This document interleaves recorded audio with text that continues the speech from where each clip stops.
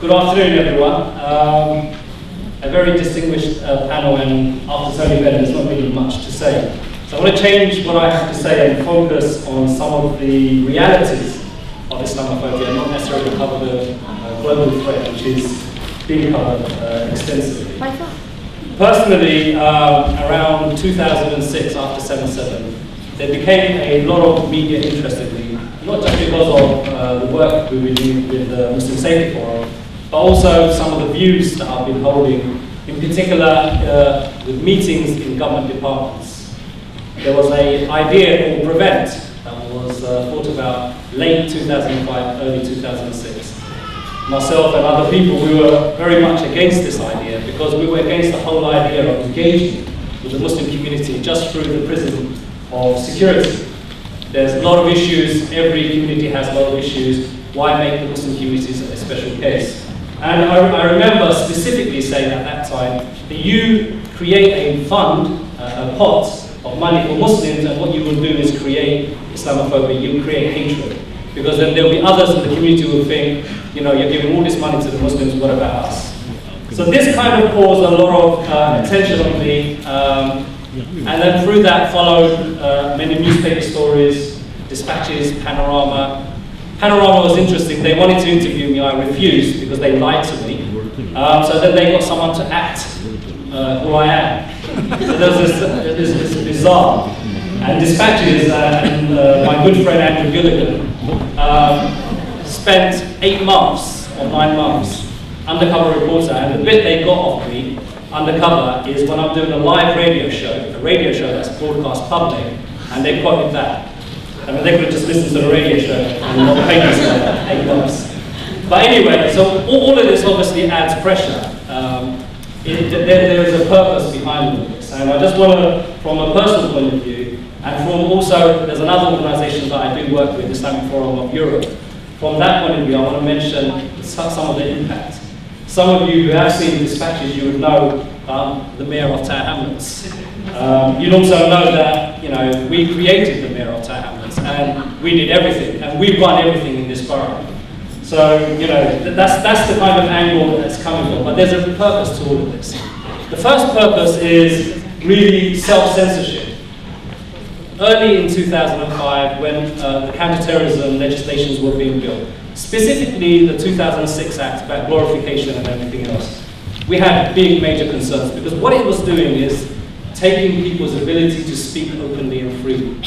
You remember all of the discussions about campus programs, what's allowed to be said, what's not allowed to be said, all of these things. You remember the big discussions that you're going to drive people's debates and discussions underground. This is what we feared, and this is exactly what's happened. Through this self-censorship and this media pressure, I'll ask the Muslims that go to Jummah prayers, how many mosques have you gone to recently, in the last 2 years, where the imam of that mosque actually makes dua for the mujahideen? How many? Put one hand up. Yeah, mashallah, is one mosque. Okay? Why? Why is it wrong to make dua for the mujahideen? Who are the mujahideen? They're our Palestinian brothers and sisters. They're people who are resisting occupation. But now, through this pressure, this self-censorship, our leaders, our community leaders and activists, they've become so scared that they can't make prayer for them. This is prayer. They're not asking for anything else. They're just asking God. And this is one of the first agenda of all of this pressure. The second is to define what is acceptable and unacceptable. This preventing extremism. It was called first prevent, then preventing extremism, then preventing violent extremism, and now I don't know what it is with the new coalition government. But all of this was to define the good Muslim, the bad Muslim, the extreme Muslim, the moderate Muslim. As Yvonne Ridley said, you know, I don't understand the concept of moderate Muslim. When you're pregnant, you're pregnant. You can't be moderately pregnant. And it's true. How do you be? How do you become 3 minutes? God. How do you become a moderate Muslim? So the second thing is to define the categories that we operate in and what's acceptable and what's not acceptable.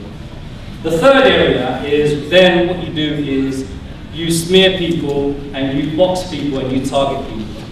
not just people, but organizations as well. That way, what you do is you make an example of people. So Azad Ali, he quoted Abdullah Azam's son in an article he wrote, so he must be an extremist.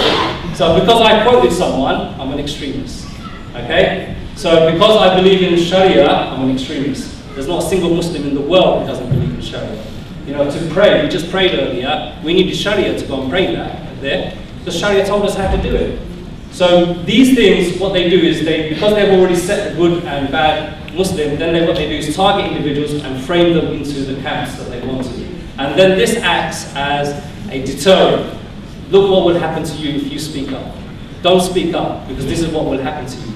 And through that, what they do is take the majority conversations out and they leave the extremists. The extremists that, you know, that are in the Muslim community who, you know, do glorify terrorism and do consider acts of terrorism, but also the non-Muslims, EDL and others, they're extremists. So what you do is you create a platform for them to exist.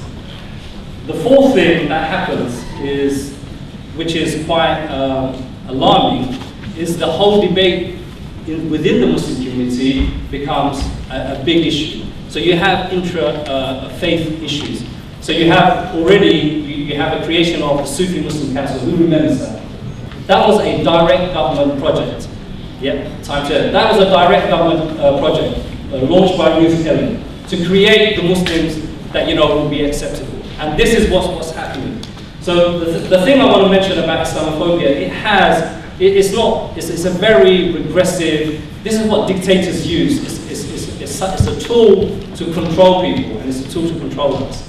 But as mentioned earlier by many people, the thing that we have going for us is not just numbers and organizations, is our humanity. You know, if you look around the room, many of us are here not because of our religion, our skin color, or anything else. It's because of humanity. Because as man, which includes women, we are, you know, prone to interact with each other. This is what we want. So the thing to remember here is not to lose sight of our humanity in the face of all of this, but our humanity dictates that we stand up for justice and that we're fair and equal to everyone. And this is something that we should look forward to. I'll stop there because I have run out of time. Thank you very much.